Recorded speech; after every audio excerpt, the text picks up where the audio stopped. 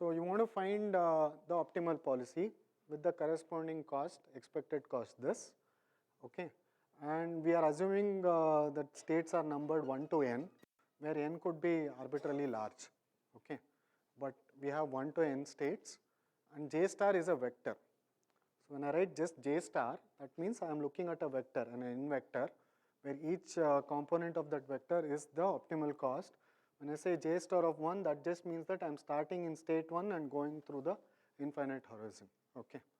Yeah, so that's, so the start is what is, so the point is your optimal cost depends on the start state, okay. In fact, your cost for any policy depends on where you start. I mean, take the bus example, it depends on whether you got a good bus or a bad bus, yeah, and things like that, okay. So depending on the start state, you have this, and you want to find J star for every possible start state, okay. Yeah, you can fix the start state and find J star, and the algorithms can do it for any. No, the algorithms are not radically different for different start states. Yeah, so, but you fix the start state and find J star, okay. And there are two operators underlying this MDP, very important operators. Let's discuss that.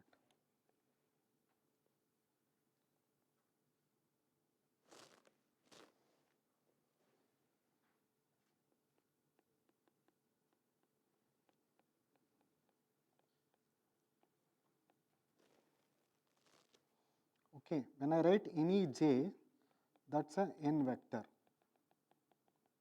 Okay, all right.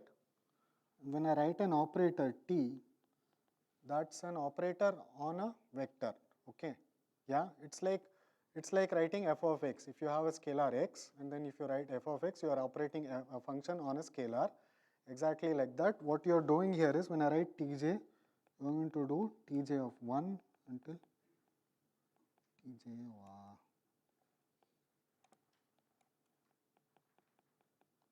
tj of n. Okay,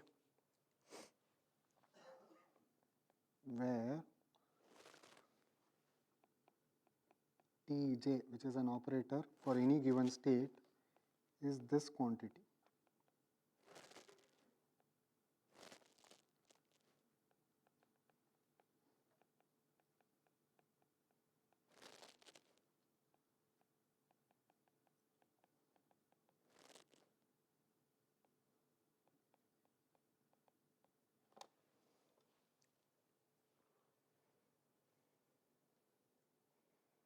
Okay.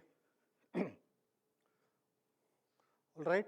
So the important thing is, which I will show later, is that, so what I am trying to do is, here the operator, I mean, for a given state, what you are doing is, you're trying to find the best action for one of the slots, okay, one stage, and then following the cost as this. The important thing is, the reason why we made this definition is that if I replace j by j star, okay, if I replace j by j star, this is something I'm going to repeat many times so that it gets internalized, reinforced, all of that. If I repeat this, if I replace this by j star, then what I recover finally is tj star is going to be equal to j star. So what we get is a fixed point equation, okay, which is like saying that if I find the best action for one of the slots and then follow the best path from there on, then overall I have done the best thing, okay. You understand? So J star equals Tj. So what are you trying to optimize here? You're trying to minimize the action. For how many slots? Just one slot, which is this, okay. But then the next state could be random, so you need to do this probability, okay, and then optimize this, and then from alpha onwards you're plugging in the j that you have started with, and now if you put j star, then what you get is, you will be recovering j star, okay. After I apply this operator, I should be recovering j star, simply because if I optimize one particular slot and then follow the optimum path from there on, that's as good as saying that from the beginning I have done the best thing. Okay, so J star is a fixed point of this operator. Okay, so get to that. Before that, I'll have to turn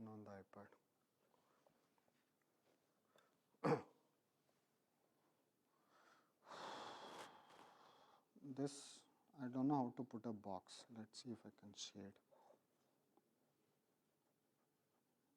This is the worst shading that you can see.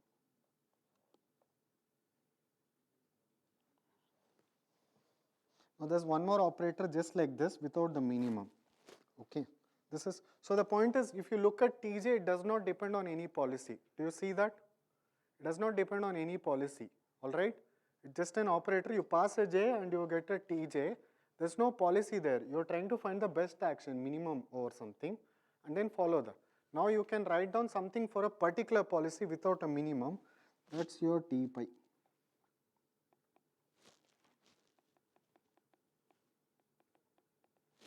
Okay, here you are fixing the pi. When you fix the pi, it just means that your actions are according to pi in the first situation. So I'll write j equals 1 to n Pij of pi of I. Okay, pi of I is the action that I'm going to take in state I. Okay, and then something similar to this.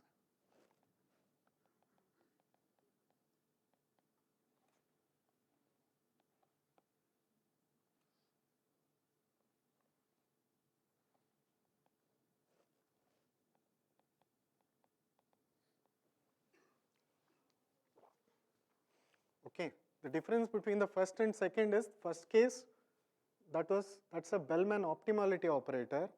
Okay, whereas the second one is an operator for a given policy. The second one depends on the policy pi. Okay.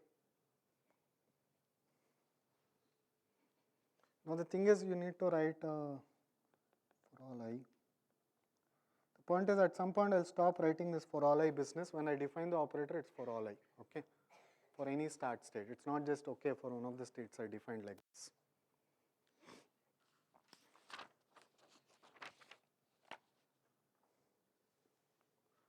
Any questions about this definition itself? Why they are required? We'll get to that very soon.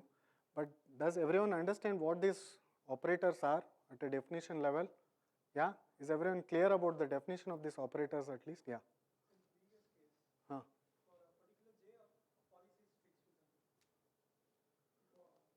No, you're talking about the shaded one or the below one? Shaded one, there is just a j. For the next state, I'm just going to get j of j. So here there is no policy.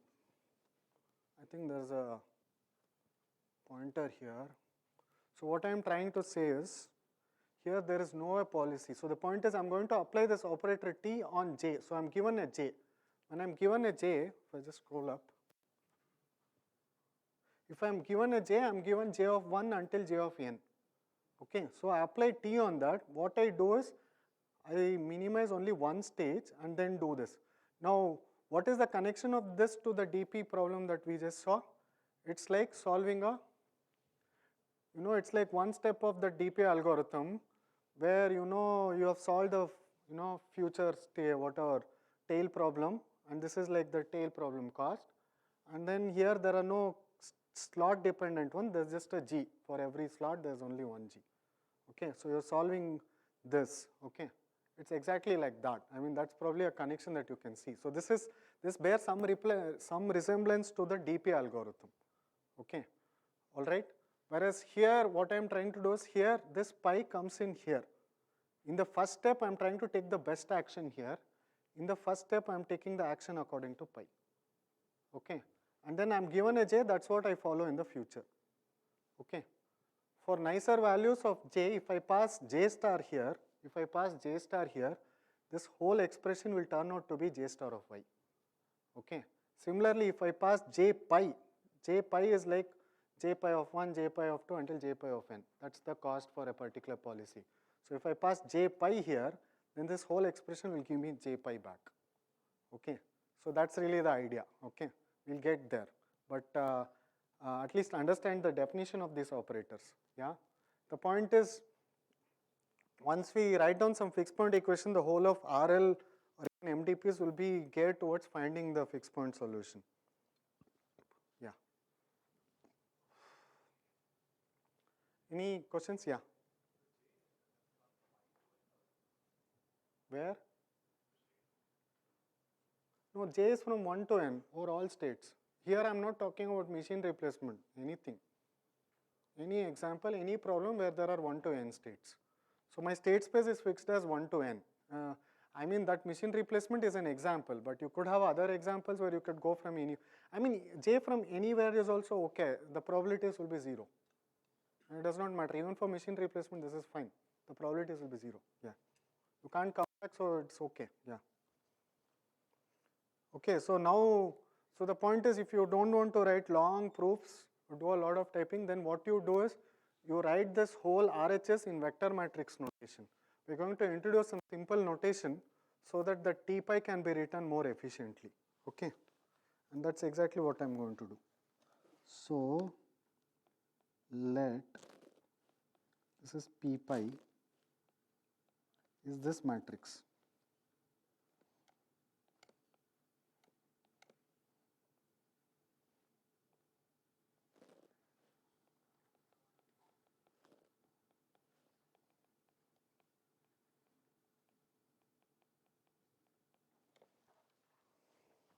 Okay.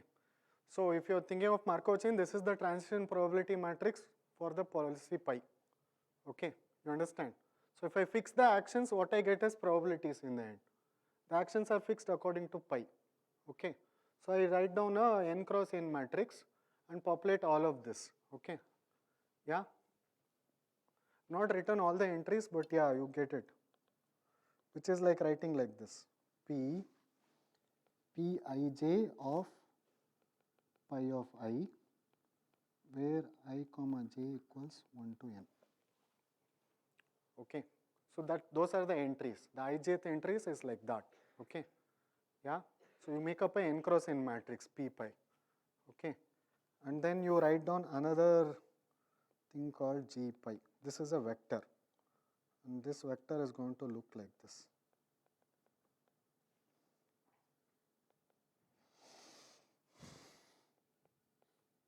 That's a 1.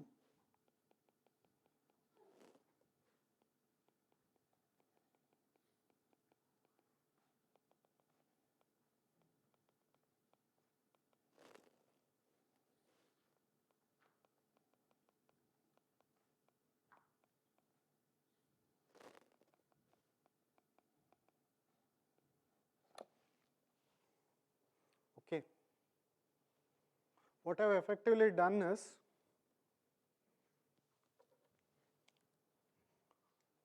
this part, look at this first summation. Okay, this first summation. For a particular I, this is going to give me a number like this, that first part. So I've stacked up all of them in a vector. Got it? And that's going to be G pi. Understood? So G pi is a vector over all the n states. Okay. And for the second part, this is summation Pij into some business. Okay. So this Pij's I'm going to put in the matrix. Okay. And so if you have this, then if you take the leap of faith, or if you just write things out entirely, then you should be able to see that in vector matrix notation, T pi j is nothing but it's a shaky j, G pi plus alpha P pi j. I'll try my box business again.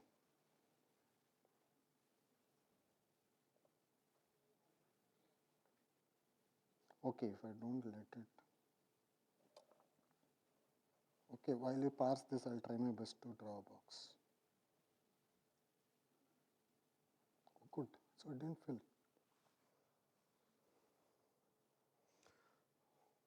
But this is not reversible. If I draw a box and try to write, it didn't work. Next time I'll try to figure that. Okay, so if you look at T pi j, which is just scrolled up. Okay, the T pi j, the very first term I've collected, in G pi here. And for the second one, it's alpha times those Pij's into j come here. Okay. So in vector matrix notation, it's just a much smaller number of symbols than writing that summation each time. Okay, got this? Yeah, is everyone not clear about this? I mean, you can go and check. So the point is, if you want to get this, you have to put j of I on both sides and verify this. Okay, write down that matrix. For once, if you are not convinced, write down that matrix. do that matrix multiplication p pi into j, okay, and do it for one of the states, and you should be able to see this. Got it? Yeah? So we're going to work with this notation. Any questions about this notation? No? Is everyone clear? What? Wow. Okay.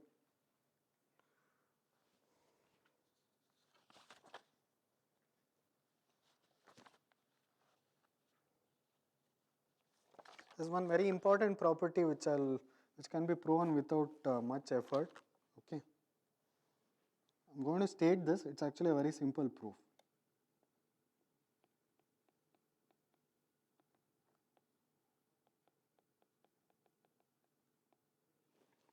It's called monotonicity. Okay.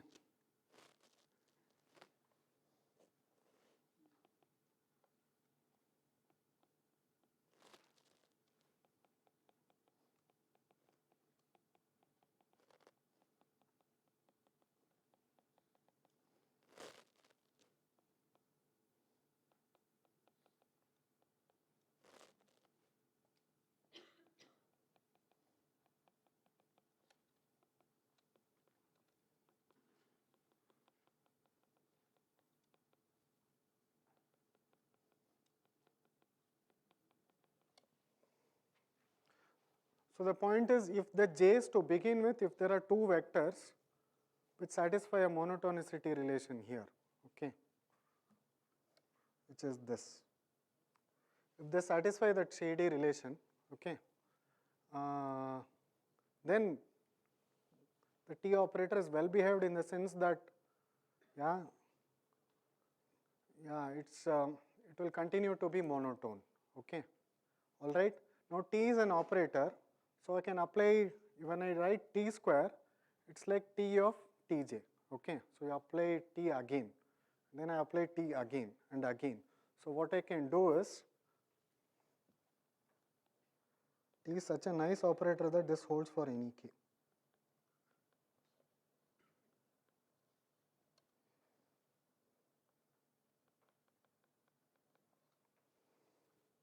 So I can apply T any number of times, okay, and then I will continue to remain monotone, okay. Yeah, so you apply T once and then you apply the T operator again and again, and you will continue to remain monotone. And that's very important. If this, if you have an operator which does not satisfy this, there's a very, famous algorithm which I don't know how much time I'll get today, called Policy iteration, which works simply because this operator tree is monotone. And now, if you have heard about RL, then you have heard about something called actor-critic algorithms. How many of you heard about actor-critic algorithms? No one? At least one? Okay. So these actor-critic algorithms are some versions of policy iteration. Okay. You can believe this because you have not read the book that I told. So they work simply because of the monotonicity property of the operator T. Okay. So this operator T is well behaved. Okay. Now the second, the very, very important claim is this. The second proposition, property. I'll call this a proposition. Now this property verification is very, very simple. You just have to write down the definition, okay, and write down that inequality and use the factor j less than j prime. You can easily see it. Okay, it just works by definition. You just don't need any extra tools. Okay.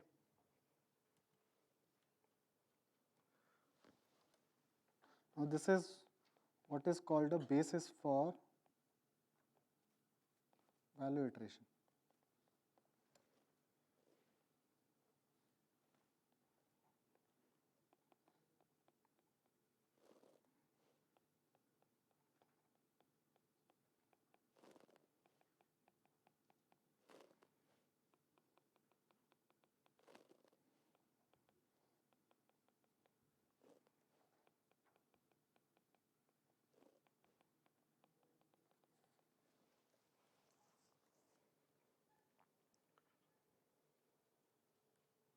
Now try to understand this proposition. We may not be, we'll probably not do the proofs, but let's try to understand this proposition. What is this saying? What is this saying? It's saying that I can start with any j. I can start with any j, and if I keep on applying t, then finally what I get is j star. Now if I just believe this proposition, what would be my way to find j star as an algorithm? Exactly this. Start with any j, apply t some number of times, then you are already close. Like apply t a large number of times, then you are already close to the j star. Okay? Yeah? Do you understand this? That value iteration, whatever I have written there, does exactly that. Okay? It starts with a j, and you keep on, like start with some j naught, and then go to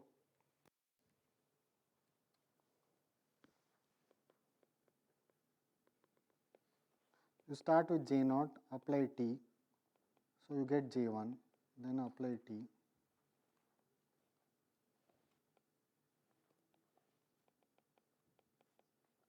then apply t again, get j2, okay, and then you keep on doing this. Finally, as k goes to infinity, you get n. Okay.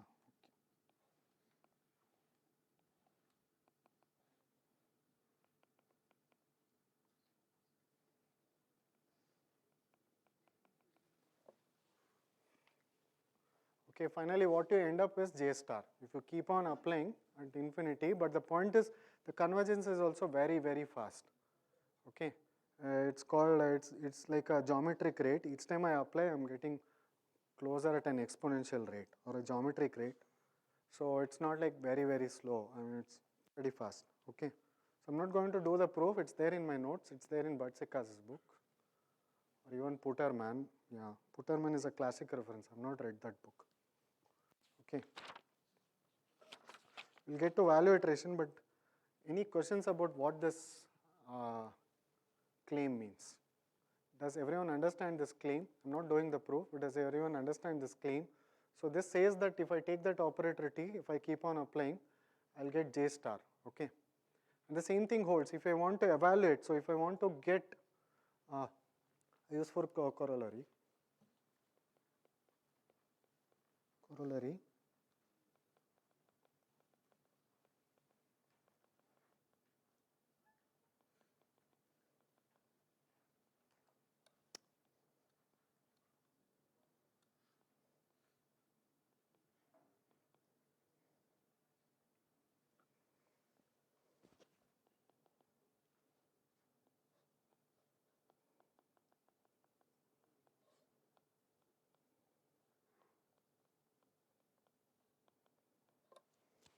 Okay, so the point is if I keep applying t pi, if I fix a policy, stationary policy pi, if I keep applying t pi, then what I'll get is j pi.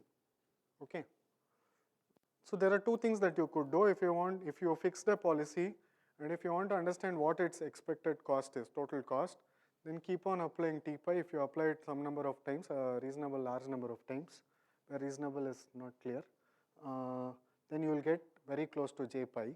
And if you apply the operator t, you will get close to j star itself. And if you want to go back, the difference between j pi and the difference between t pi and t is that here there's no minimization. Here there is a minimization. Okay, yeah. So this depends on the policy pi. This does not depend on the policy pi. If I keep on applying operator t, then I'll get j star. If I keep on applying operator t pi, starting with any j. So the important thing is you don't need any prior information about the MDP. Start with any bunch of n numbers and keep on applying operator t. Then what you will get is j star, and the other is j pi. Okay, I repeated this. It should be internalized or reinforced by now. Okay, have you internalized this t pi and t? Is this clear? The claims are clear. I'm not doing the proofs. I've got so many of these proofs are boring, and anyway the time is short. If I start the proof, which is not too long, I think we'll run out of time. Yeah. The proof is there. Okay. So from this you get what is called a value iteration. So the value iteration algorithm is fairly straightforward.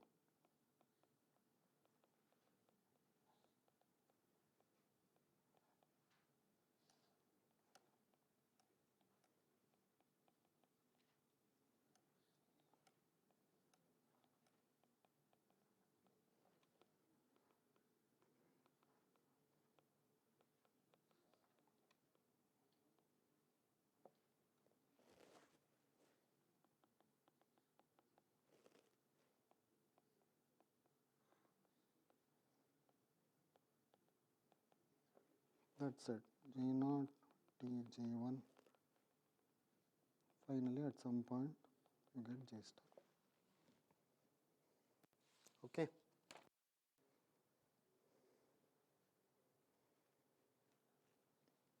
Is this clear to everyone? So we know how to solve a discounted MDP. Okay. You make up this operator and then you solve. Just as a prelude to RL tomorrow, I'll just tell you something here, which is, if you look at this operator, to apply T, what are the things I need to know? What's the most important thing about MDP that I need to know? The transition probabilities. If I don't know the transition probabilities, there's no way I can apply any of these operators. Okay. So when I say I'm solving MDPs here I know the transition probabilities. Like in machine learning parlance, I know the model. When we come to RL, we want to achieve exactly like this. We want to solve the same problem, but we are not given transition probabilities. Okay, we are not given, but it's not like an entirely unfair situation. What we are given is a sample path. Okay, what happens is, you are in some state, you take an action, then you will see the next state, and that next state will be plugged out of this distribution. Okay, so you will see a S prime, where S prime would be picked from Pijs. You don't know the Pijs, but you will get these sample paths. You are in S, you take an action, you will see S prime. And then in S prime, you take another action, you see S double prime, and then I'll run out of prime. I'll be past my prime, all that, yeah. So, in that situation, I want to do something like value iteration. Okay. I want to do value iteration where I want to learn from samples. That's tomorrow's problem. Okay. Today's problem is, I know the model, I know the operator T, given that, how do I solve? Okay. So tomorrow we'll be doing something like value iteration where we'll learn from samples, there'll be noise, there'll be some error there. Okay. Understand? That's the reinforcement learning part. Here, there is no learning, it's just optimization. Okay. You have a problem, you want to minimize something, you know the function that you want to minimize, you can do fancy, it's almost like deterministic optimization versus stochastic. Tomorrow you'll be solving the same problem where you'll be learning from samples. Okay, so much for context. Yeah.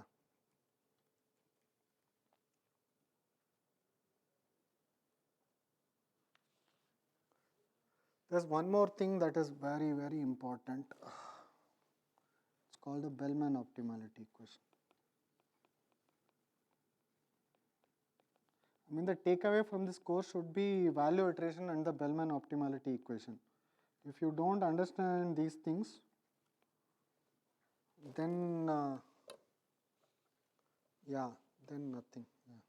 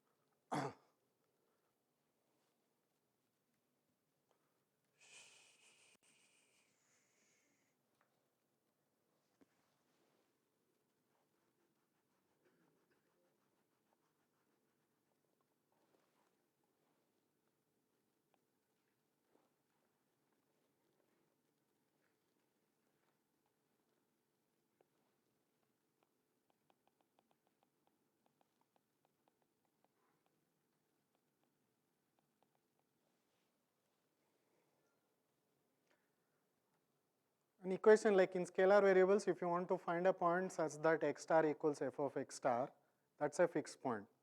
And what you are having that is in terms of operators here with vectors and operators. So what you have is j star is a fixed point of this operator Okay, and that's not hard to believe simply because it's like saying that you optimize the cost in one of the slots or stages and then follow the optimal path from there. Okay, you follow the optimal path for the future, then what you have done is you have done the best thing for the entire thing. Okay, that's exactly the optimality principle. Okay, all right, so this came out of, this is like one step of DP, but there the DP was an algorithm. Okay, the DP was an algorithm. Please understand, please think about this. Here, this is a system of equations. Okay, this is a system of equations. Okay, and if you solve this system of equations, you will get, you will get J star. Okay, so you can solve the system of equations. Okay, imagine you don't know J star, solve the system or write down the system of equations where you write J on both sides and solve and infer that J, whatever you get is J star. Okay, now when will that be true? Like, is there a catch here, or if I just solve the fixed point equation, I'll get J star always? What is that extra thing that I need to show? Yeah? Suppose I solve that suppose that fixed point equation has some other solution. And it's like you went to a romantic movie and it turned out to be a horror one or something like that. Or the other way. I don't know which is worse. Yeah. Yeah, or there are, the latest trend is horror comedies. I don't know. Yeah. Anyway, so the point is, I have to show that J star, I'm not going to show, but the claim is J star is a fixed point of this, but J star is the only fixed point of this. Only.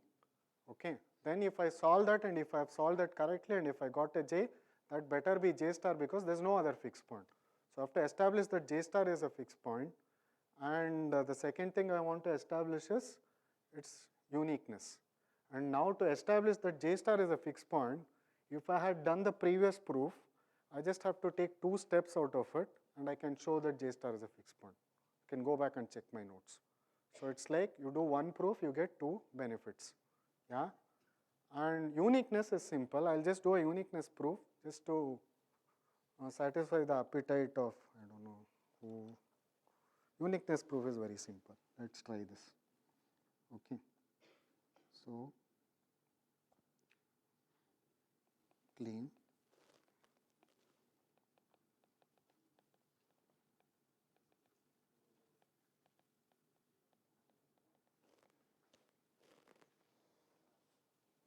so the proof is, how do you prove this? Suppose not.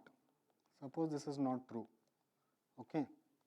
So, there exists some other J prime such that J prime equals Tj prime. Okay. It's a one line proof. Okay. I want to show that J star is the unique fixed point. And I just claim that, okay, suppose it is not, then there is some other fixed point. So J star satisfies. Okay. You just believe from the, so it's like a religious class today. You're having a sermon and you just believe that whatever I said is true. And so J star is a fixed point, but there exists one more. Now this is a classic trick. What you do is this. You start with J prime. And that is equal to Tj prime. That's given. If I apply again, I get same. Okay. If I keep doing this, if I take the limit,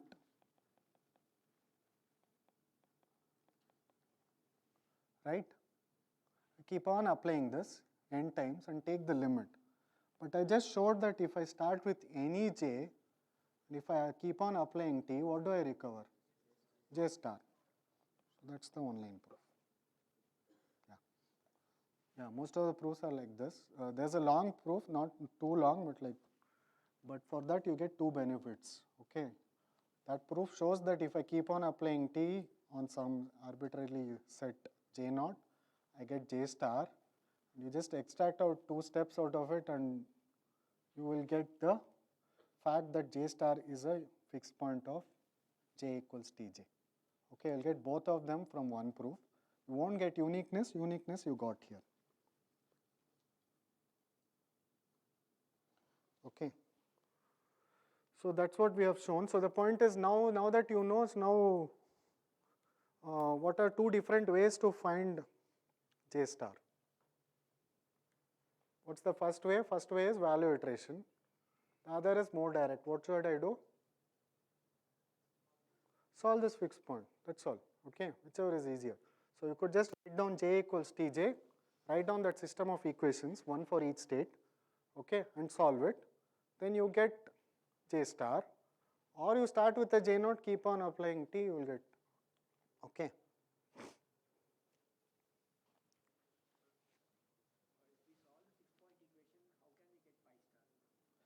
That's actually an important question which I'll answer soon. That's actually a very important question, yeah. So when I talk about policy iteration, I'll exactly show how that is done. But as a prelude, what you can do is this. I'll tell you something, you can think about it while I get to that part.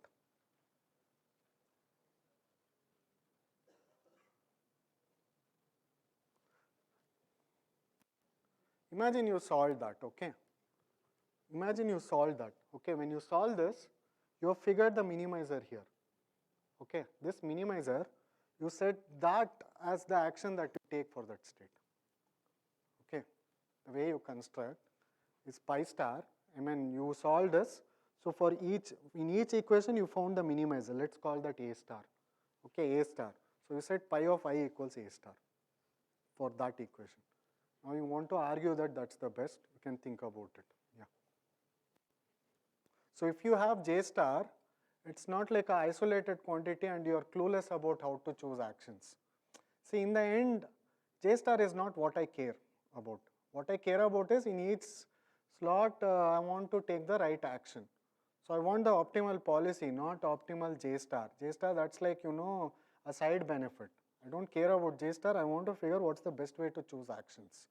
Okay, so given J star, getting pi star is trivial. You just have to follow whatever I said. If I get time, I'll try to show that. It's not very difficult. Any other questions about this business?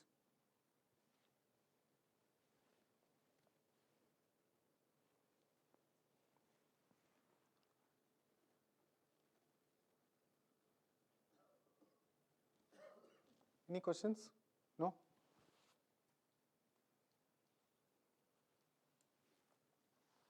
I taught a course on machine learning a year ago.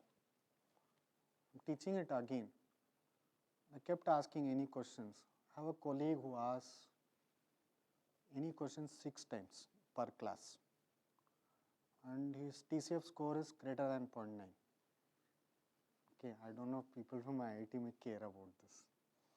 I may not care, at least know what I'm talking about. Now I started doing this. But given my inclination, can't be serious about this, any questions. So I kept saying, okay, this is the 5th any question. This is the 6th. And people didn't say anything. And then in the feedback, I got this amazing feedback. The feedback told me in the TCF, okay. The TCF, one student, benevolent one, who told me, sir, look at our faces, okay.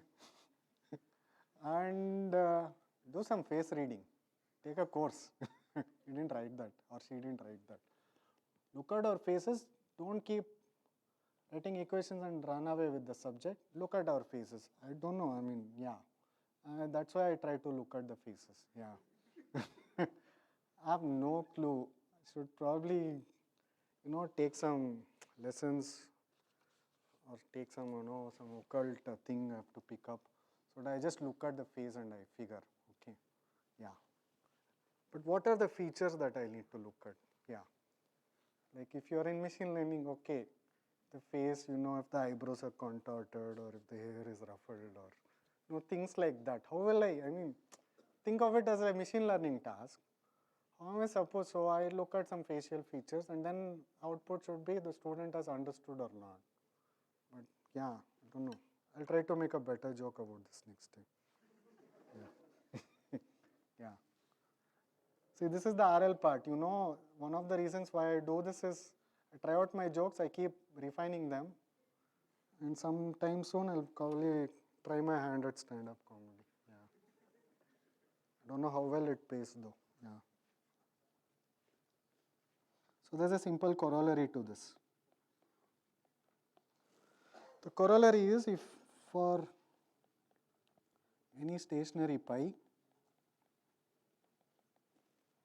okay,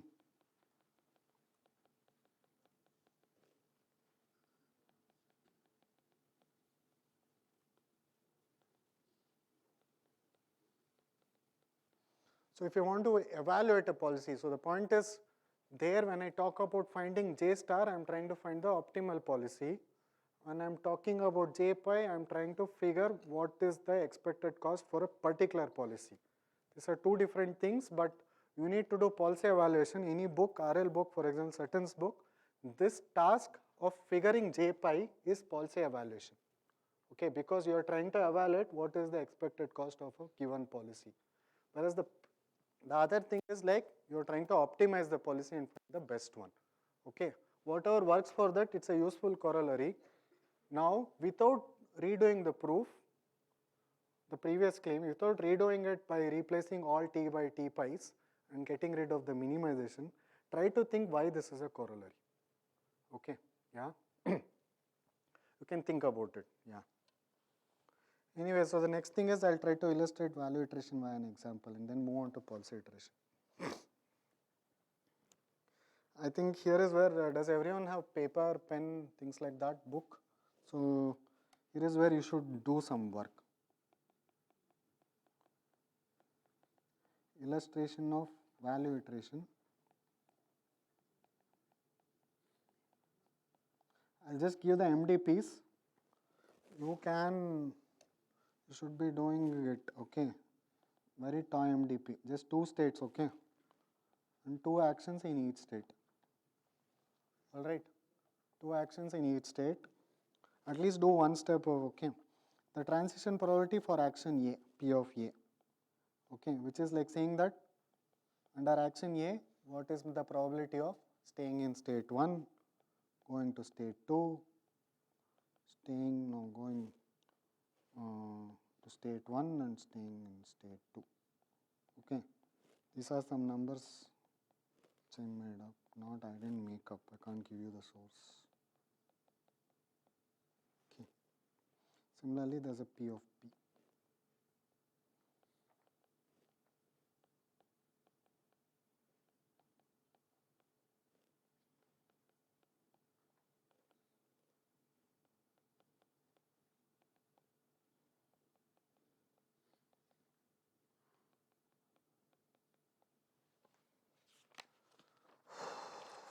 What else I need to specify? Yeah, G.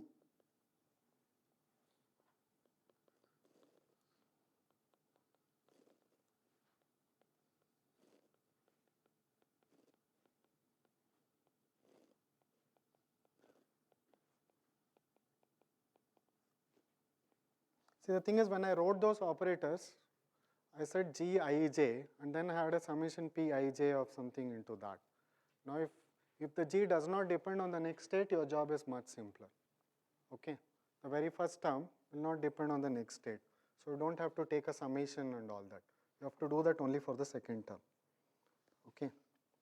So for value iteration, what are the things I need to specify? Let's see. At least for the MDP, have I fully specified the MDP? What is missing? Yeah? Discount? Anyone said discount? No one? Okay, I'll discount the fact that nobody said discount. Alpha equals 0.9. Now for value iteration, what should I say? What should I specify? If I say that do value iteration on this, I have to initial J naught. What's the best J naught? 0, 0. Okay. Now your task is do value iteration for 2 steps. The very first step is super trivial. J naught is 0. The next state thing does not matter. So what is J1? So can somebody tell me J1?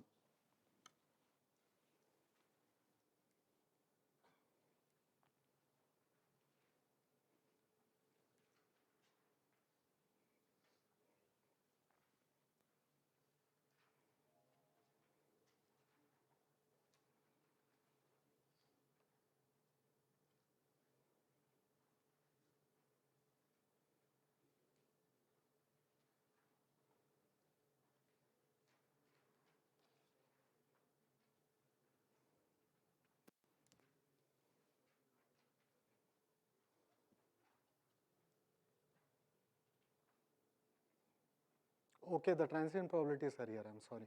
I'll make this small.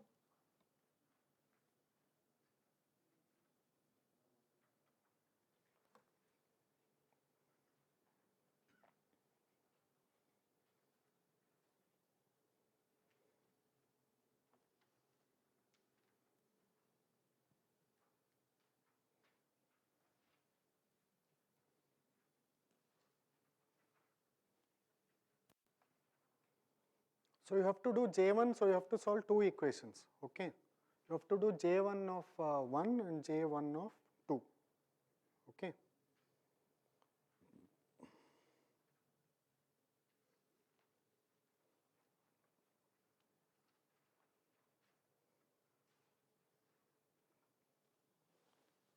Anyway, I'll write out the equation for your help. So when I say Tj,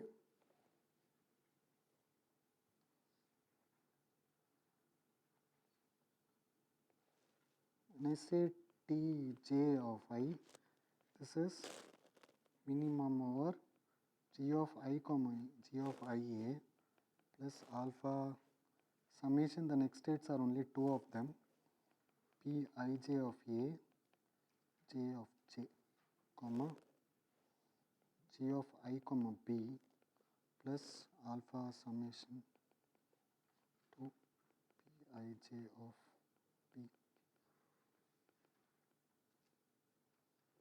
Okay, whatever that means.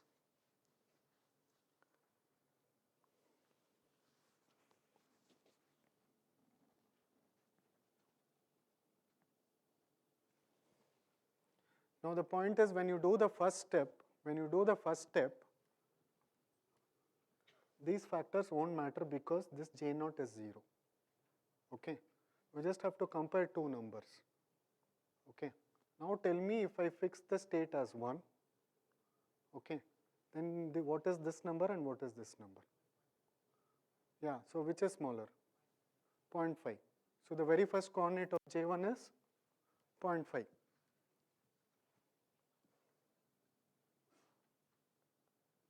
What about the second coordinate along the same lines? 1. Got it? If somebody does not get this, please ask.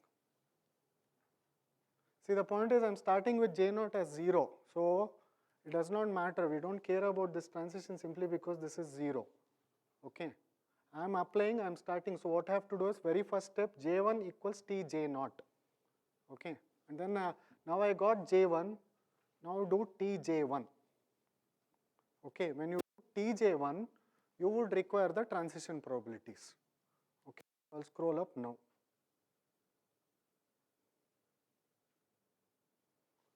Okay. Now do this. I'll give you a few minutes.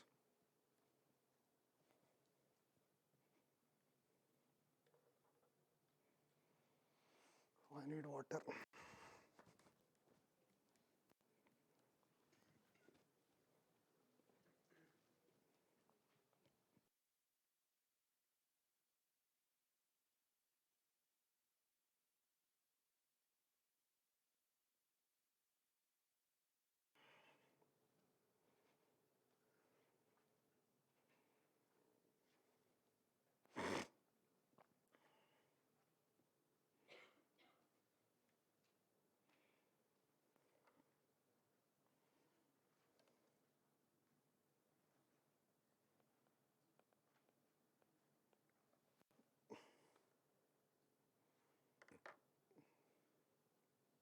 Oh, these probabilities are not visible. Okay.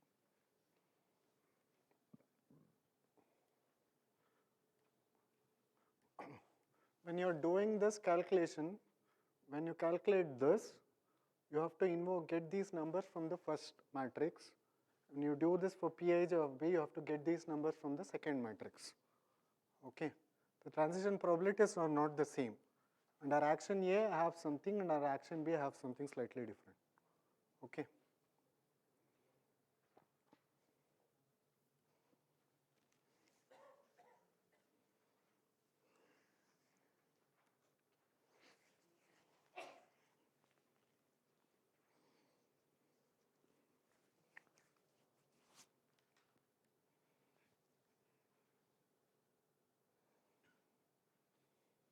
Any answers?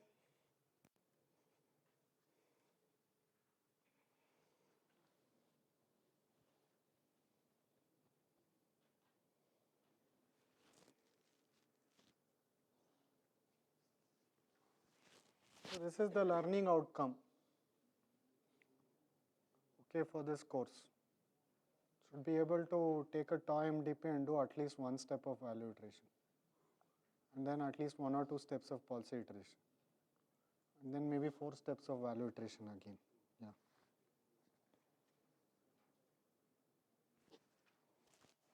So the plan for the rest of the day is, after this I'll talk about policy iteration and we'll redo the same example.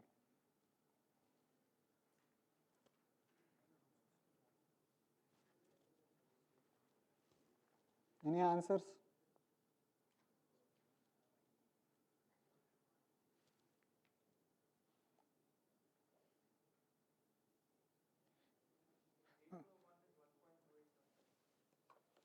Correct, that's correct.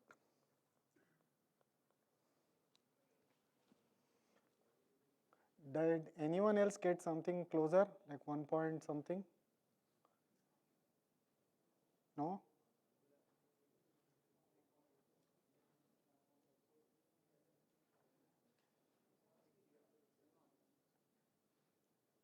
So the thing is, I'm not going to substitute and derive this. It's a fairly straightforward thing. If somebody is facing difficulty applying that formula, or if somebody does not get some symbol in the TJ, you have to ask me. Okay. If there are conceptual difficulties in applying the TJ, or if you didn't get something out of TJ, yeah, please ask. But I'm not going to do a, provide a detailed working of this. Yeah.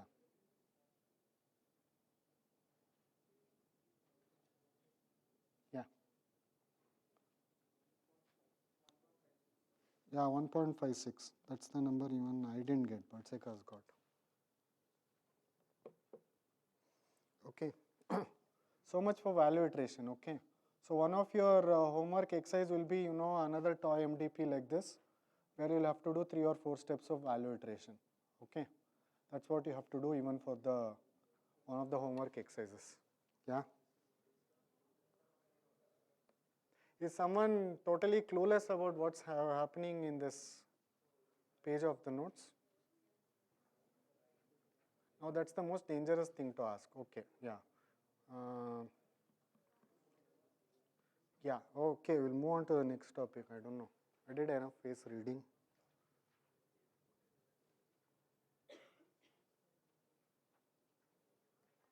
Any questions? Yeah, that's something I can ask. Okay. Any questions? Any questions? Yeah.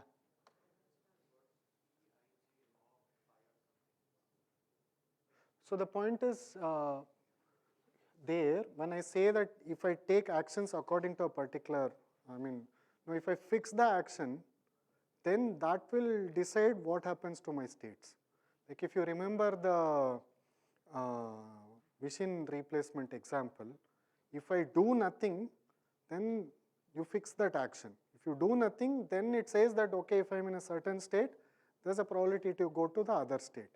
Now, if you change the action, then these probabilities also will change. So when I say Pij of a particular action, that is that. If you go back, way back, if you go to the very beginning when I defined the Markov property somewhere, this is that. This is what, so if you fix the action as pi of something, then you're fixing the action. Under that action, if I'm in a particular state and if I take the action according to certain policy, then what is the probability of a next state? Okay, so that is Pij of that. Okay, so in this particular two-state example,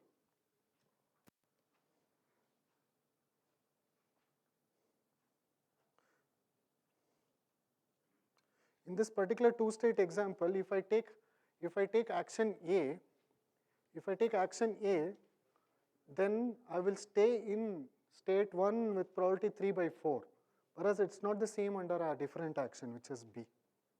Okay, so the actions drive the state transitions. Okay, and then the policy says what action to take in a certain state. Yeah, so that's where the linking is. Yeah. And then, I mean, at an intuitive level, it's, I mean, you could come up with examples where, you know, immediately there is maybe some action which gives you a very low cost, okay? But then may lead to a state later which will have very high cost, okay? Whereas some other action may give you high cost now, but it will eventually lead to a state which is much better and with very low cost afterwards.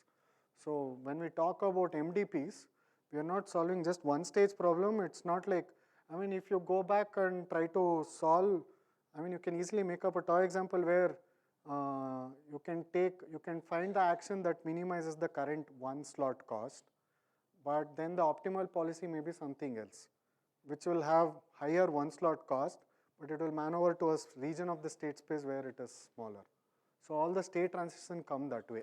So when you're doing that Bellman equation, the intuition is that it's not just, you know, you greedily optimize one slot and hope that it will be the best always. The state transitions come into play. So the state transitions, you can go into a state where, you know, your cost could be lower at a later point, even though your current cost is high. So all these long-term things come in, yeah. So the transitions also count in your optimal policy, okay, not just the cost. Anyway, we'll do policy iteration now.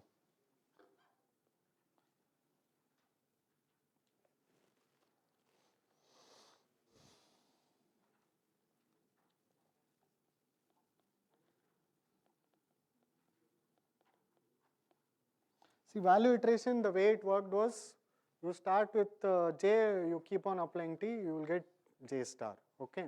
Whereas policy iteration is a two-step process, okay. If I have to draw something, policy evaluation and policy improvement, there are two steps. Let me see if I can draw something. Why did it make a square?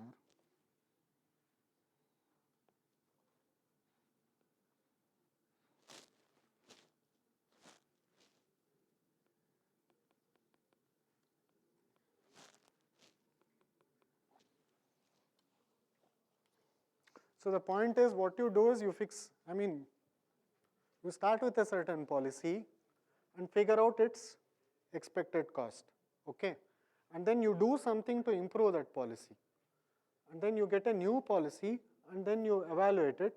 So you use this thing, you use the policy that you just evaluated to come up with better and better policies. That's policy improvement. When I say an improved policy, J pi prime is less than or equal to J pi. That's what I mean by policy improvement. Okay. So the incremental process is like this. So you work in policies, you start with pi naught and you do policy evaluation. Okay. When I do policy evaluation, I get J pi naught. Okay.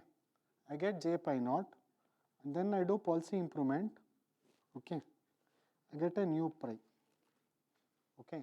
And this new pi is such that J pi prime of I is less than equal to J pi of I. J pi prime, should I call it pi 1?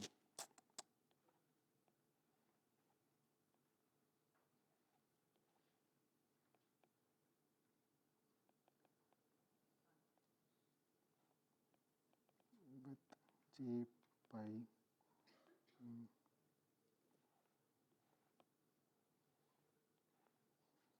with strict inequality for at least one state.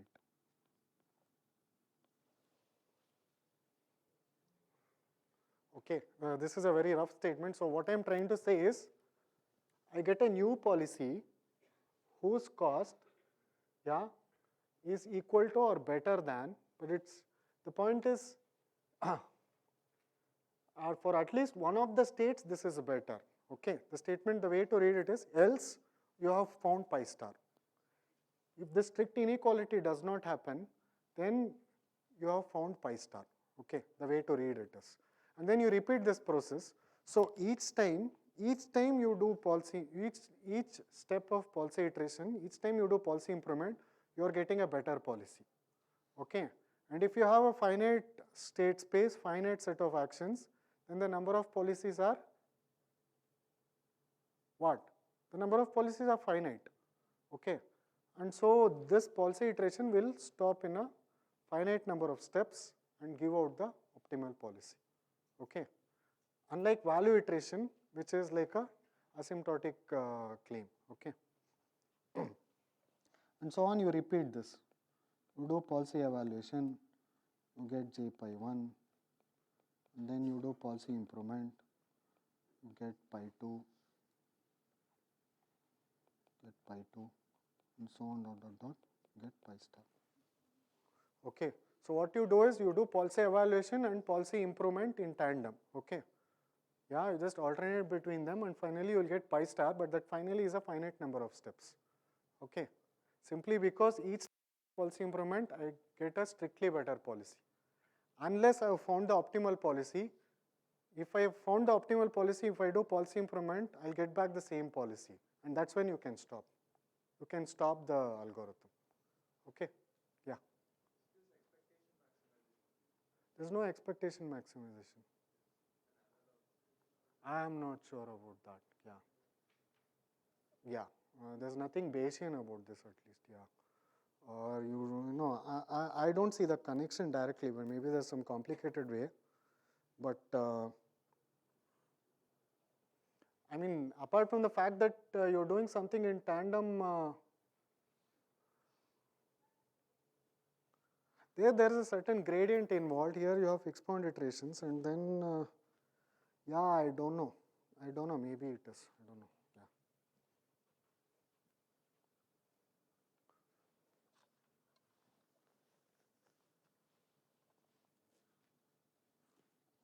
Okay. So does everyone understand what policy iteration does? We'll try to show that this is the right thing to do. But does everyone understand how policy iteration is progressing? Yeah?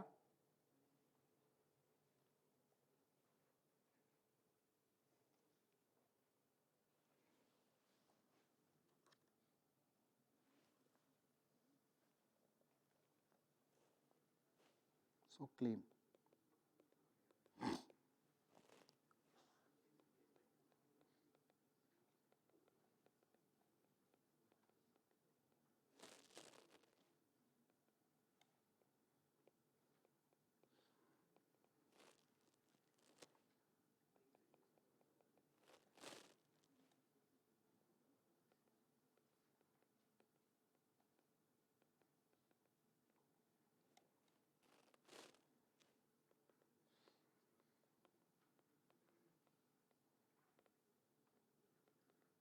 The point about this long statement is it answers the query by one of the students earlier, which is this. If you take the Bellman equation, okay,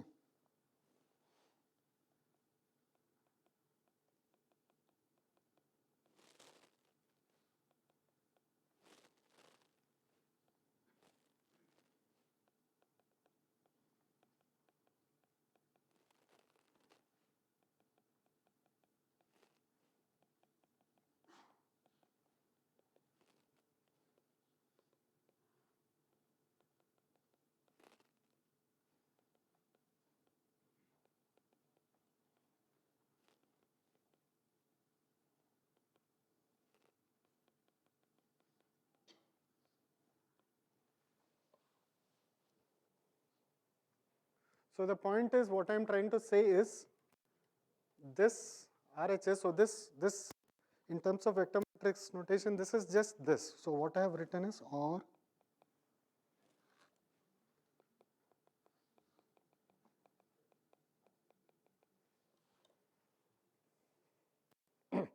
yeah, try to parse this. This is actually a lot of symbols, but the idea is not that difficult. So this minimization is achieved by a certain action. Okay. What I am trying to say is, if that turns out to be pi, then this policy pi is going to be optimal. Okay. Whatever policy pi achieves that. Okay.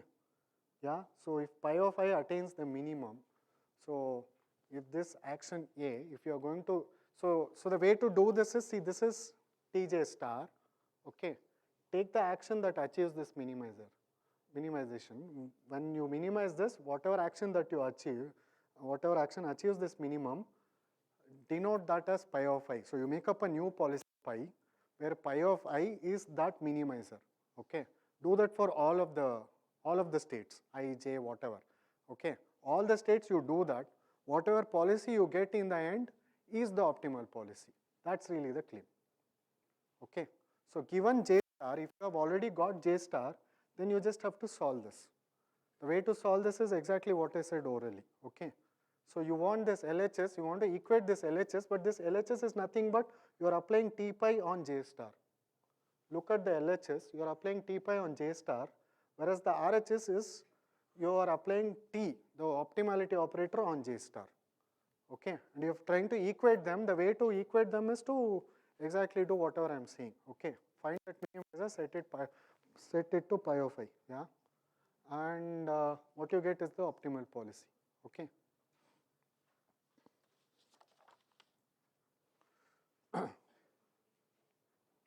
Much time do I have? 5:15. Yeah, I think I'll skip the proof. But it's a very short proof. Actually, we can do the proof. It's not too difficult. I'll do this proof. I'll probably skip something else.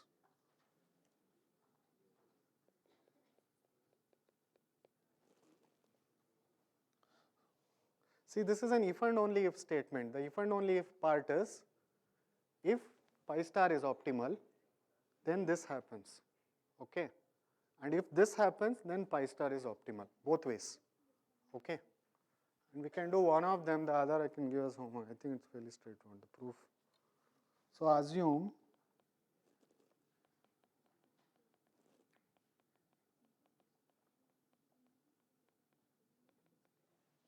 okay. All right. So we are given a pi which solves that equation. Now what should I show? That pi is optimal. So that pi is pi star. So j pi equals j star. That's what I want to show. Understood? Because if pi is optimal, if I evaluate that policy, that j pi should be the same as j star. Then pi is optimal. And way to do that is, okay, we know j star equals tj star. Because j star is the fixed point, we know, I mean, you have already believed this.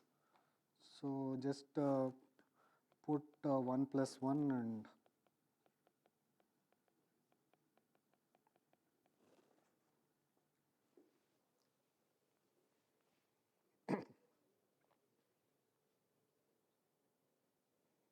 now we are done. Why are we done? Why is, so this just implies, I'm just going to write this, let's see if somebody tells me why.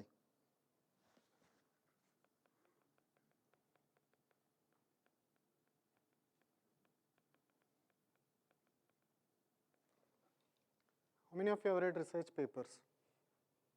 Anyone? No one? No one has read research papers. Okay, how many of you have read some proof in a book? How many of you are not clear about some detail in that proof at some point? At least someone.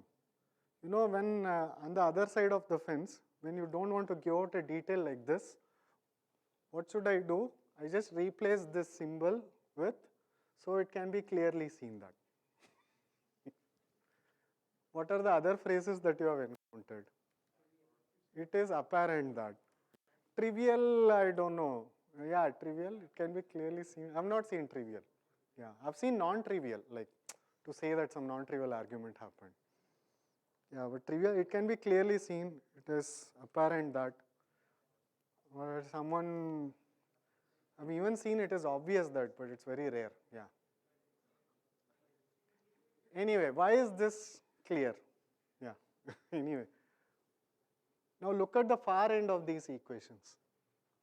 So you got j star, and that's the fixed point of t pi, right? So for an operator t pi, there's only one fixed point, j pi. That's all there is to it. Yeah. That's why it's clearly seen. Okay. I mean, the reverse argument is also equally easy. Okay. Converse, I mean, so what's the easy way to write the converse? Yeah, you just go back, you know. If you can climb down the stairs, you can, actually if you can climb up, you can climb down. Yeah. So pi is optimal. It just, you know, just jugglery in the sense you use all the known facts and the known fixed point equation and the extra condition that you are given, and you can get what you want. Okay. Implies j star equals j pi. This you already know. Implies j star equals t pi j star. Simply because, sorry, yeah.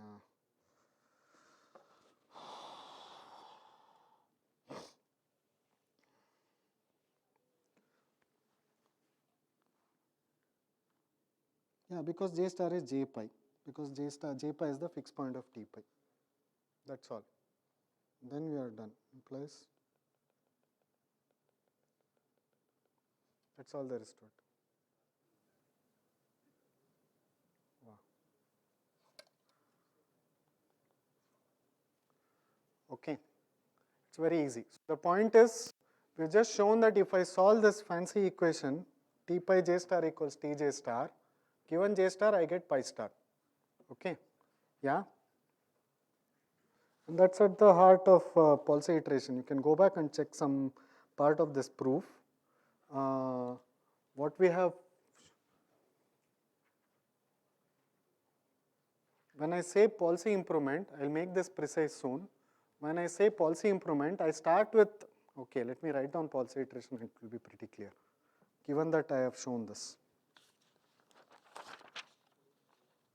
Any questions?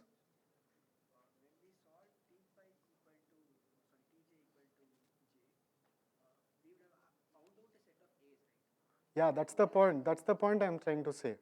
It's super trivial to get the pi star. You would have found out that A, but without showing this, you can't say that. Yeah. When you solve that, you get pi star. So that's there already. You don't have to go back and start everything afresh. Yeah.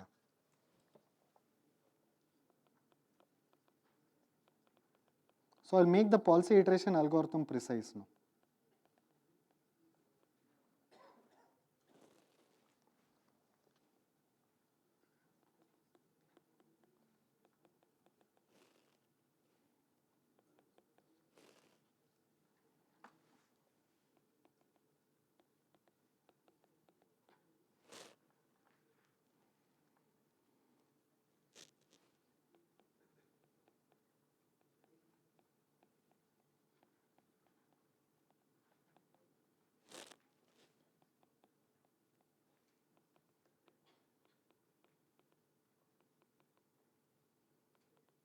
So you repeat step 2 and 3, okay? So that's in a loop.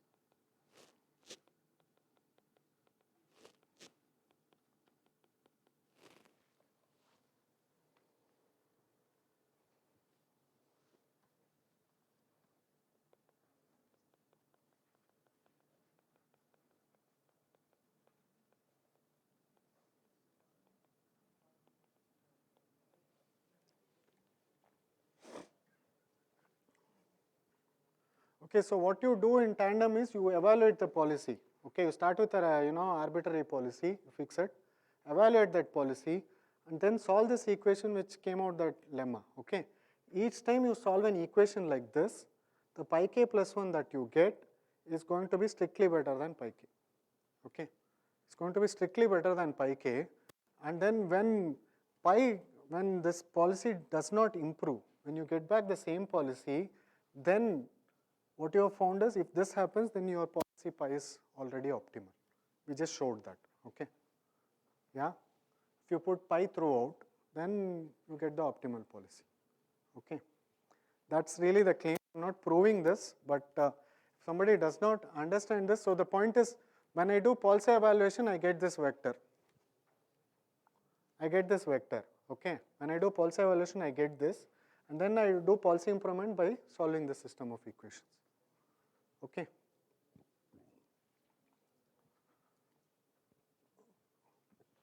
Now, if that system of equations is difficult to see, then what I am trying to say here is, here instead of J star,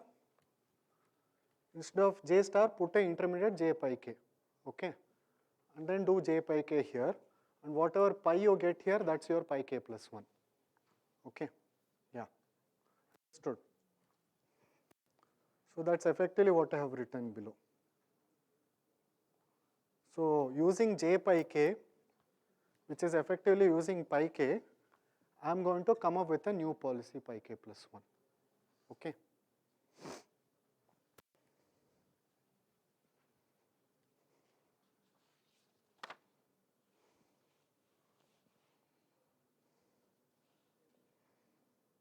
And I'll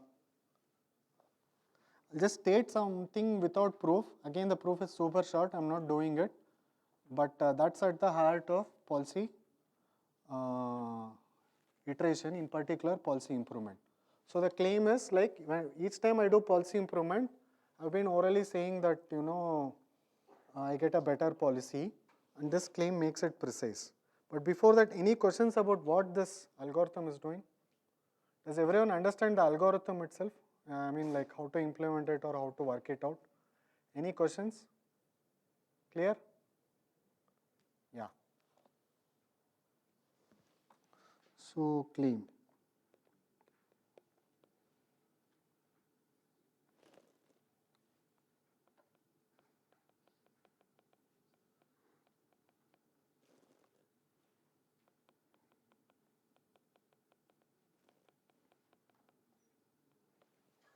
Okay, if you have two policies, see the point is pi is like pi k and pi prime is like pi k plus 1. So policy improvement does something like this. Okay, each time you do this, then j pi prime less than or equal to j pi for all I, and if pi is not optimal, then j pi prime k less than j pi of k for at least one state.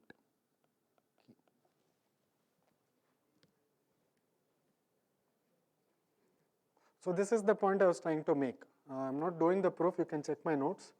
Each time I do policy improvement, I get a strictly better policy if I am not already optimal. Okay, I get a strictly better. Okay, and if my policy space is finite, the number of policies is finite, which is like if I have finite number of states and finite number of actions, then I have a finite number of policies. Then each time if I improve, then I'll stop in a finite number of steps. Yeah, got it? So that's really the idea. So this claim is what motivates policy iteration to do whatever it's doing. Okay, not doing the proof, but does everyone understand the claim that I've just put out there? Any questions?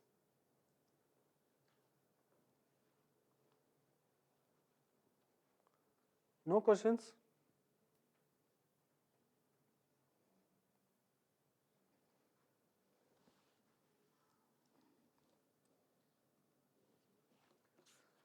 So the second last bit for today,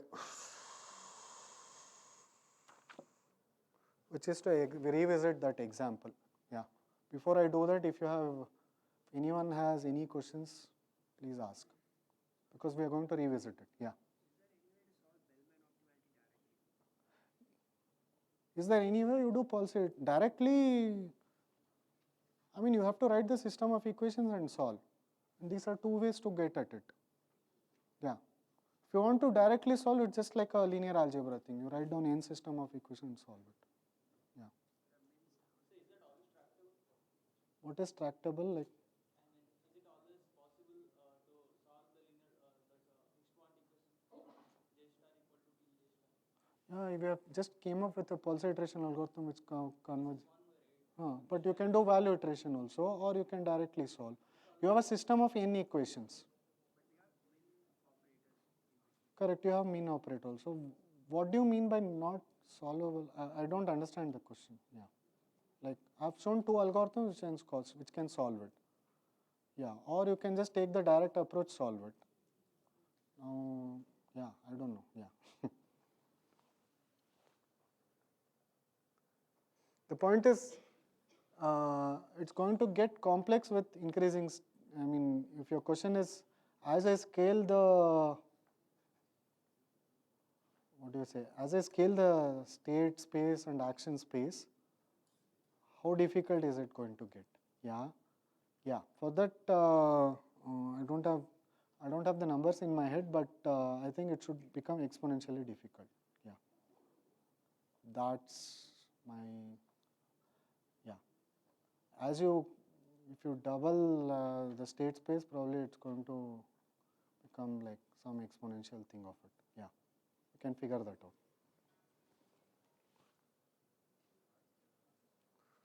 So the point is here, the thing is, even if you, so that's where all this, so if you Google, you'll get something called approximate dynamic programming. Or if you solve this Bellman equation, or if I do pulse iteration of all of these, what happens is I have to solve a system of effectively n equations. If the number of states is very, very, very large, then you'll have to bring in some approximation so that you can efficiently solve. And that's like an entire branch. There are no full, I mean, there are no worked out answers. People have come up with various approaches to save computation. All of this makes sense only when the state space is large. It doesn't make sense in a situation where you have 100 states or 1,000 states or something like that. If you have 10 power 100 states or 10 power 20 states, whatever, 10 power something, or some exponential, I mean, bad number of states, then solving this is difficult. You may not be able to store these many numbers in a computer. Okay, then yeah, then you will have to come up with alternate approaches, even if you know the model. Yeah, no learning. That's a different problem. There are two problems here. One thing is the MDP is so big, even if you know the transition, it's hard to solve it directly. You would make up some approximations. The other approach is you know MDP is somewhat manageable, but you don't know the transition property. And then you can combine the both. Yeah, you can write large number of papers. Yeah. Anyway, the example revisited.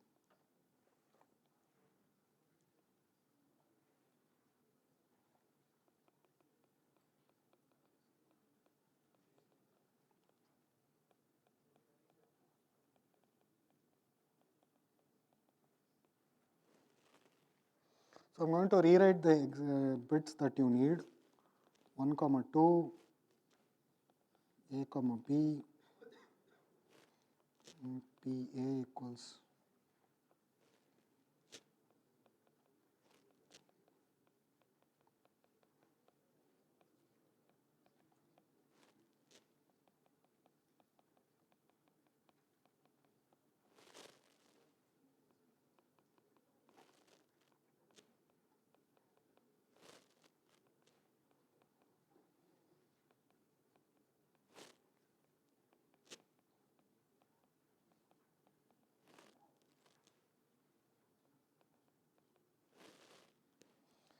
So what should I specify for pulse iteration? Pi naught, okay. So pi naught, when I have to specify, I have to tell what action to take in two of the states.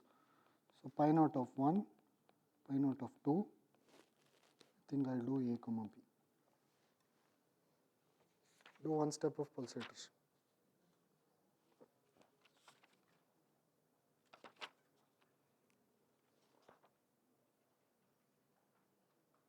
So how do you solve j pi naught? So the very first step is to figure out j pi naught, correct? So for that you just solve the fixed point equation. I'll just write down the equation for your help. Okay. So when I write down j pi naught of 1, that is j pi naught equals t pi j pi naught. Okay. I mean t pi naught. Okay. So that is g of 1 comma a plus alpha times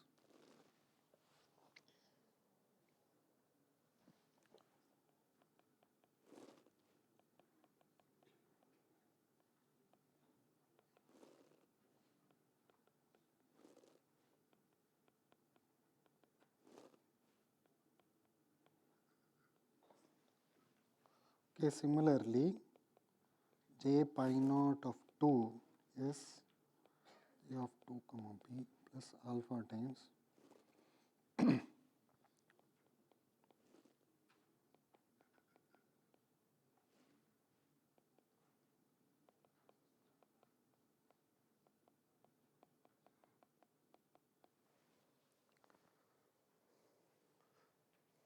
So do people recognize that what are these two equations? You don't have to solve, I'll give you the solution, but what are these two equations effectively?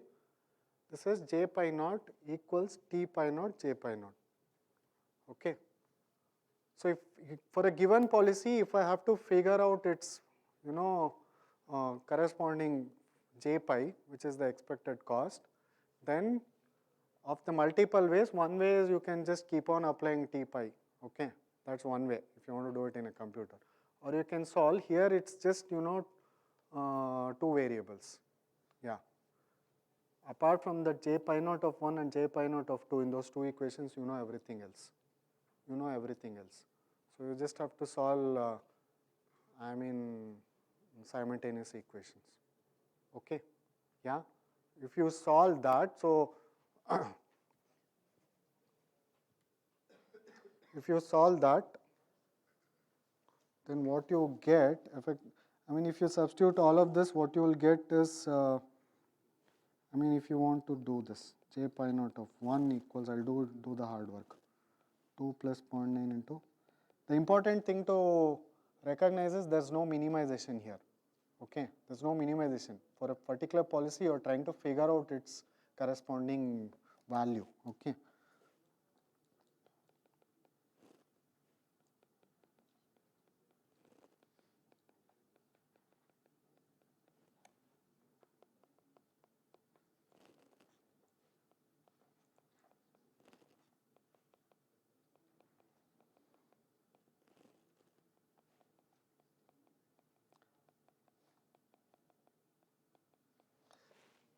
Okay, so the reason these got inverted is because when you look at the transition probabilities for action B, this is 1 by 4, whereas here it is 3 by 4. Okay, that's where the transition probabilities for a particular action will come into picture. Now, if you solve this simple set of equations, you can believe me that j pi naught of 1 equals 24.12, j pi naught of 2 equals 25.96. Now, this is not the most exciting part. The point is you have to learn how to do policy improvement. Okay. Now, we have done the very first step of policy iteration. Okay. The very first step, which is I started with a particular policy and I figured its corresponding j pi. Okay. Now, the next step is to solve that equation for policy improvement. But before that, if you stare at the set of equations, is someone unclear about something? Yeah, how these equations came about. If there's something about this which is not clear, just let me know. I'm going to ask a question, we'll try to answer. Any questions? So we have solved a fixed point equation, okay, but this is not the only way. You can run value iteration if you want, okay, yeah. There are many approximations. So the point is, if you don't care about accuracy, then you can do value iteration 10 times. If I take t pi naught and apply it 10 times, maybe it's already good enough, yeah, right, okay, if you want to approximately evaluate and get the policy. Okay, the approximations that you could do is you run t pi naught 10 times in your computer, okay. Now policy improvement. For policy improvement, what is the equation that I am trying to solve? T pi 1 j pi naught equals T j pi naught. So how many equations am I looking at? Looking at two equations, okay.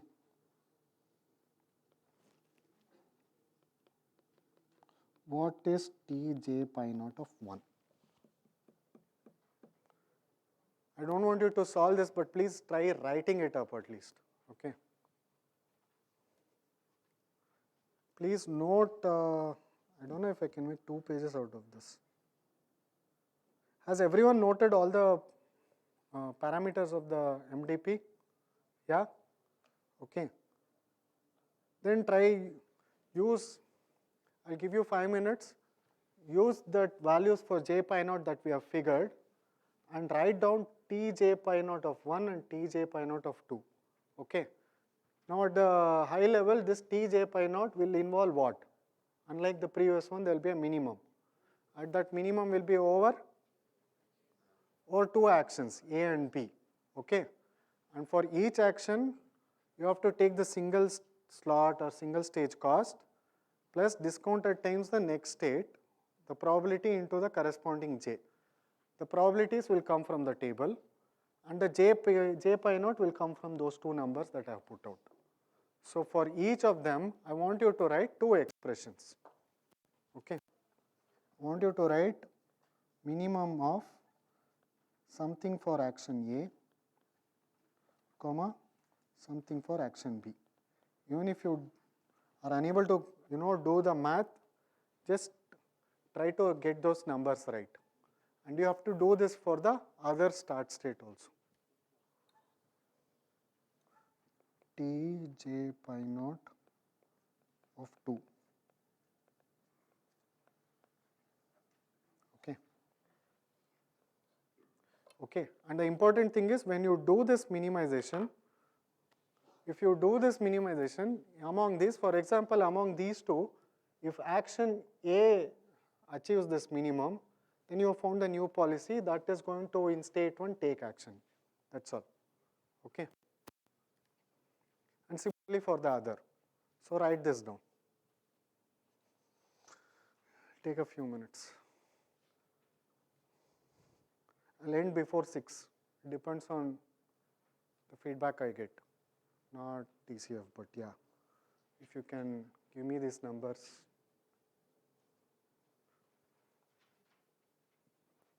Or we could do at least the first one incrementally. So what is the very first number that I have to write here?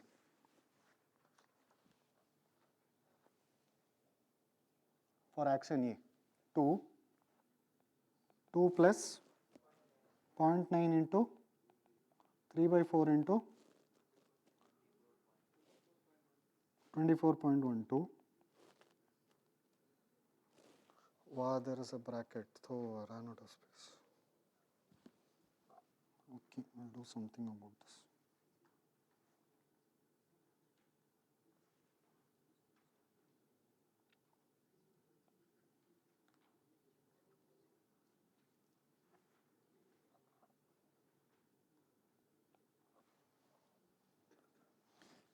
See, the point is, first case for action A, it is 2 plus the discount into, and then you can go to two states, okay. 3 by 4 into, you'll end up in state number 1. So I may want to add a bracket here.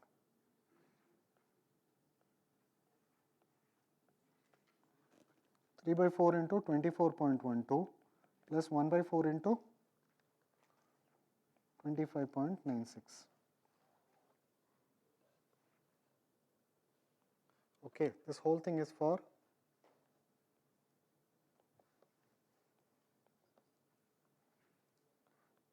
action E. This is the single stage cost or single slot cost, the discount, and then this is the probability of going to state number 1 into that corresponding j pi naught that we calculated before, and then for the other state. Okay.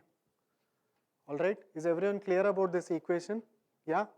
And then you do the same thing again. I mean, for the other, I think it's fairly straightforward. Now the other one will be 0.5 plus 0.9 into, what are these numbers? Anyone? 1 by 4 into plus 3 by 4 into, okay. So it's going to be minimum of two numbers, and that minimum is minimum of, I don't want to bore you with some simple calculation, but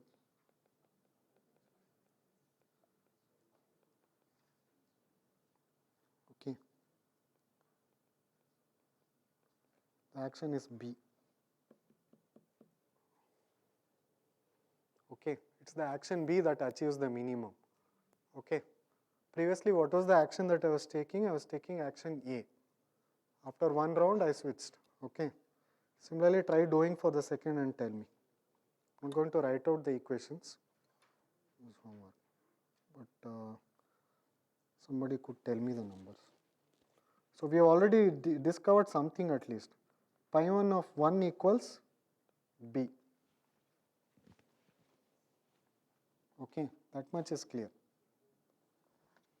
Now we have to figure pi 1 of 2.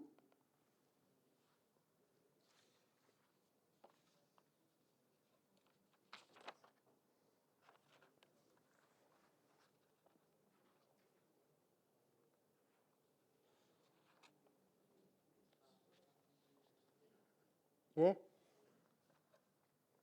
it's actually correct. Any numbers?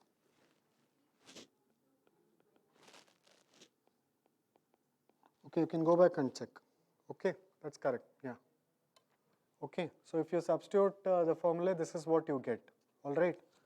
Now homework is do one more. Now homework, do one more step of policy iteration. Okay, when I say one more step of policy iteration, what should I do? I have to take pi 1 and figure j pi 1 and then get a pi 2. Okay, I'll give out the answer.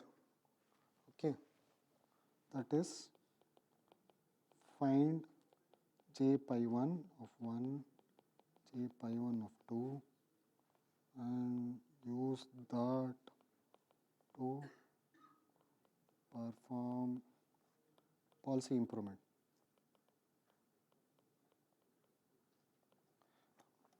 Okay, should get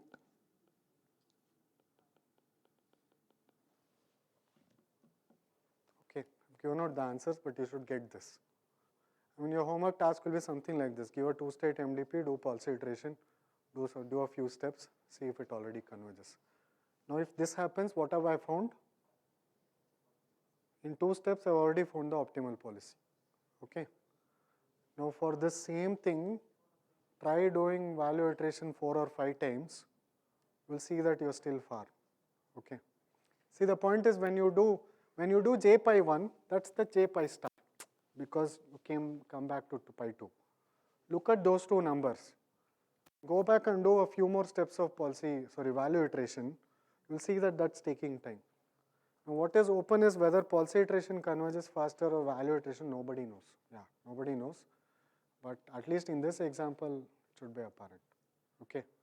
This is one example where, but in general, given an MDP, I don't think anyone can say that, okay, policy iteration is faster or value iteration is faster. Yeah, you can't make claims like that. Yeah, it's totally unclear. But in this particular case, yes. Yeah. Okay. Any questions about this passage? In the next 10 minutes, I'll give a prelude to the learning task at hand. And tomorrow, I'll start with reinforcement learning side of things. I'll just give a very brief, I don't know, helicopter or some view. Yeah, cloud view of things. Yeah. Okay. But before that, any questions about policy iteration? Okay. Any questions? So there are 2 algorithms in reinforcement learning. I mean, not too many. There's something called TD learning. Maybe people have heard about this, temporal difference learning. That and temporal difference learning is for this task. Given a particular policy, I want to find its, given a particular policy pi, I want to find j pi. Okay, in a learning situation. I'll tell you what that learning situation is. For this task, if I knew the model, I can just keep on applying t pi, which is value iteration. Okay, if I keep on applying t pi, I get j pi. But in a learning situation, I can't do that. So what TD learning does is something like value iteration in a learning situation. Okay, and that's for policy evaluation. Given a pi, I want to find j pi. I'll do value iteration kind of things, but using samples. Now Q learning is another algorithm. What it does is, it tries to find the optimal policy. Again, instead of applying t pi for a particular pi, if I keep on applying the operator t itself, then I'll get j star. Okay, I'll get the best policy also along the way. And that, for that to apply t, you need to know the model, you need to know the transition probabilities. So using samples, Q-learning will do roughly like value iteration. Both are learning analogs of value iteration. I am not going to do a learning analog of policy iteration, but people can dig into actor-critic algorithms if you are interested in that. I am not going to touch any of that because trying to cover TD learning itself is a tedious task. And yeah, so that's really the prelude, but just a question about sampling. So what is coming tomorrow? Yeah.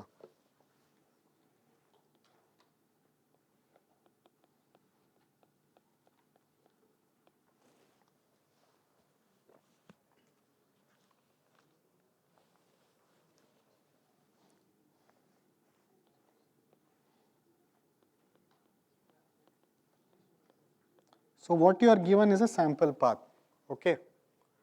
What do you mean by a sample path? I mean this. So imagine you are in some state S naught, okay? If you are in some state S naught, and if you choose any action, so I mean you can choose some action, E naught, okay, which can come from some policy. Imagine you are taking actions according to some policy. Imagine you are taking actions according to some policy, okay, but the sample path is more general. Then you will see only one next state S1, okay. You will see only one next state S1, but this S1 will be sampled from, S1 will have distribution P, will be sampled from P S0 to S1 of pi of S0. What I mean is, imagine from S0 you can go to 3 different states, okay. And then the respective probabilities are say 0.3, 0.3 and 0.4, okay. Yeah, then it's like a distribution, and then you toss, I mean, okay, I'll make this even simple. For example, imagine the state space is 1, 2, 3, okay, and say S0 is 1, okay, and then P 1, 1 of some action, okay. Yeah, good. This is exactly what was needed. So boring to write this.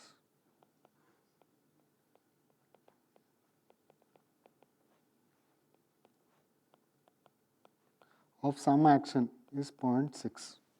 So what I am trying to say is, I am in state 1, and fix any action, fix one of the actions, some A. The probability that I remain in state 1 is 0. I could go to another state with probability 0.4 and other state with 0.6. So effectively, I toss a Bernoulli, I toss a coin with bias this, and if it, if it is turning heads with probability 0.4 and turning tails with probability 0.6, then I'll toss that coin, and if it falls heads, I'll say that the next state is 2, okay, something like that. And you will get to observe only the next state. But if you repeat this experiment say 10,000 times, then the number of times you expect to see state number 2 is like 40%. Okay, if you are in state 1, and if you repeat the experiment 10,000 times, then 40% of the time you expect to see that. But nobody tells you these probabilities, okay. There's a box, and you input, to that box you input a state and an action. You have a box, you input a state comma action, and it will throw out a next state, okay. It will throw out only one next state, but this next state is not arbitrary. The next state is chosen according to a certain distribution, and that distribution is the underlying transition probability for that MDP, okay. So you can see a sample path. So for example, a sample path is something like in S0 you chose A0, you went to S1, you chose A1, you saw S2, and so on. This is a sample path, okay. Yeah, you can choose an action and you will get a new state. This is what you get, okay. To learn the optimal policy or even for a simple task, you have to learn, For a simple task, imagine policy evaluation, the task is this, policy evaluation. What you have to do is you start in S0, you can take some pi of S0, and then you will see S1, you take pi of S1, and so on. Probabilities. And now you do this experiment so many times, and then you collect large number of samples, collect all these transition probabilities. Once you have a reasonable confidence about these transition probabilities, then go back and solve the Bellman equation. But is the goal learning transition probabilities? I mean, do I really care about transition? Do I really care if I have learned the transition probabilities well in this problem? Then what is the goal? The goal is to find pi star, or the goal is to solve Bellman equation. Whether I know Pij of A very well or not, I don't care. So the goal is to solve Bellman equation, so that's where all the algorithms will be geared towards. I will solve Bellman equation using these samples.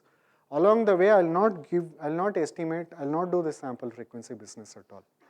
Yeah, that's probably one way to do it, but you can just solve the Bellman equation by, doing some incremental adjustment, okay? And that's exactly what we are going to do.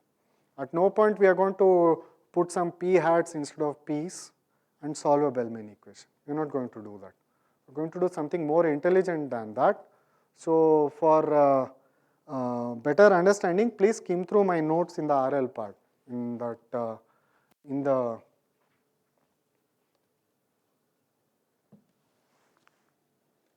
in this website. So it's here on my web page. There is handwritten notes here.